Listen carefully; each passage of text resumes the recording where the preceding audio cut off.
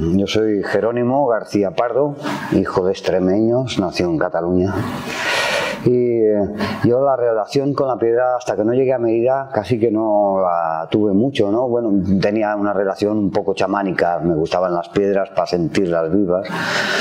Pero bueno, he desarrollado mi carrera como artista un poco complejo de la calle, como payaso, trapecista, actor, fui evolucionando, pero mi pasión era ser poeta y acabé pues haciendo poesía pues con los palos, con las piedras, con lo que pillaba con la hoja, con las flores, con lo que pillaba. Esa es mi poesía.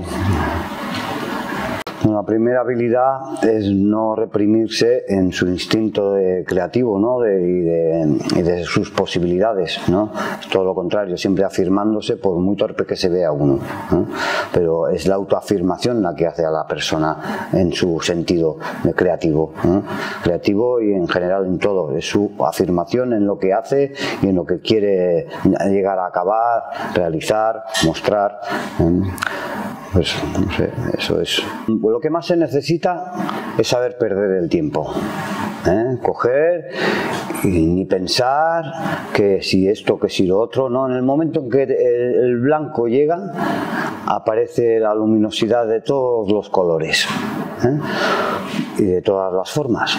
Entonces ahí hay como una ilusión que te impregna y eso es lo principal para empezar una obra, tener una ilusión a flor de piel y nada, en el impulso a agarrarte, en el mismo impulso que te dé, agarrarte, porque hay días que no tienes esos impulsos y si te pones pues no te va a salir, pero el día que te pones y te sale, ese día es que no tienes más días que hacer, con ese día tienes suficiente.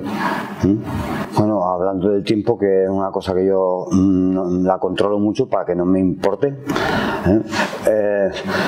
yo creo que el tiempo es infinito, o sea, no hay un tiempo para acabar, ¿no? Siempre estás aprendiendo, ¿no? Y siempre, además, cada piedra, cada herramienta, cada nueva generación de invento que se desarrolla para hacer una obra, pues necesitas ese tiempo infinito para ello. O sea, porque el tiempo es constante. Para mí, mientras vives, tienes capacidad para evolucionar en la materia.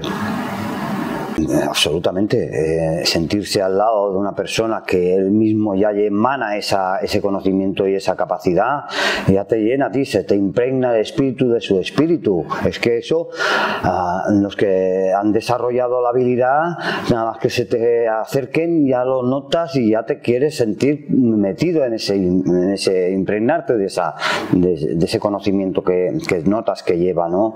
Yo recuerdo mucho a Pedro, que era, bueno, él decía, pero estos se creen que todos van a salir ganándose la vida de artistas y mi familia lleva 200 años ganándose la vida picapedreando para tumbas.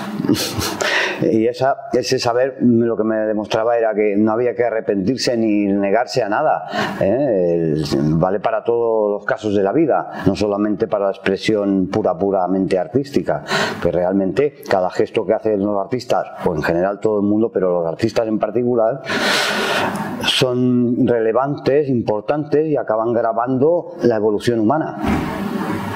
Bueno, pues la palabra hábito ya lo dice. Si tú tienes el hábito, eso constantemente no lo pierdes. Ahora, como dejes maniobrar, como dejes de actuar, ese hábito se va encallando o haciéndose un callo, vaya, y cuesta luego volverse a afinar. O sea que lo mejor es tener siempre constancia. La herramienta cerca para que un día te tente y te pueda raptar, ¿no? Porque nosotros los seres humanos somos seres que nos dejamos raptar por cualquier cosa, entonces lo mejor es dejarse raptar por cosas que te interesen a los demás. No, piensa que el cantero tiene que tener una visión de proyección de lo que va a salir de esa cantería profundísima.